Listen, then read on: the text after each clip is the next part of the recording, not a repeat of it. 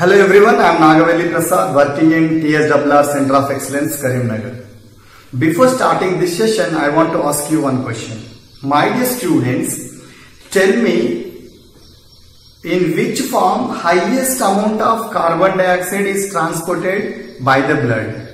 Yes, you are right. In the form of bicarbonate, 70% of carbon dioxide is transported by the blood. Let us discuss today how this bicarbonate form, the carbon dioxide is transported in the form of bicarbonate. Let us discuss. So as we know, body tissues produces carbon dioxide at the end of respiration.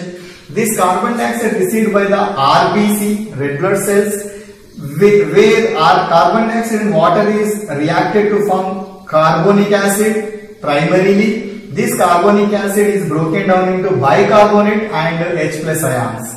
This H plus ions received by hemoglobin present in the RBC to form acidic hemoglobin. My dear students, entire this reaction, this series of reactions takes place in the presence of carbonic anhydrase enzyme, which is exclusively present in the RBC.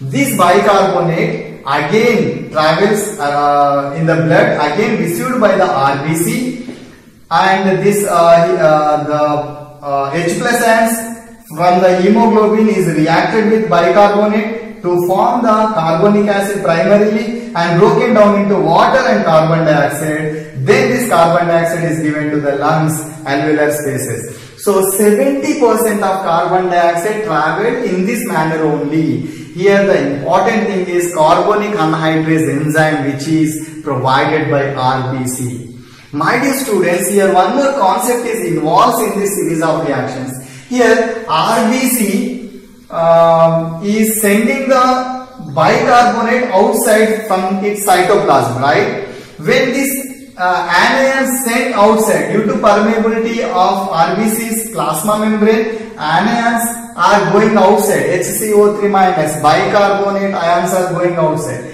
So when the bicarbonate sent outside, what happened? There is an imbalance in the ionic gradient in the RBC. So in order to maintain ionic balance, chlorine minus, so chlorine ions from the plasma enters into RBC to maintain ion concentration balance.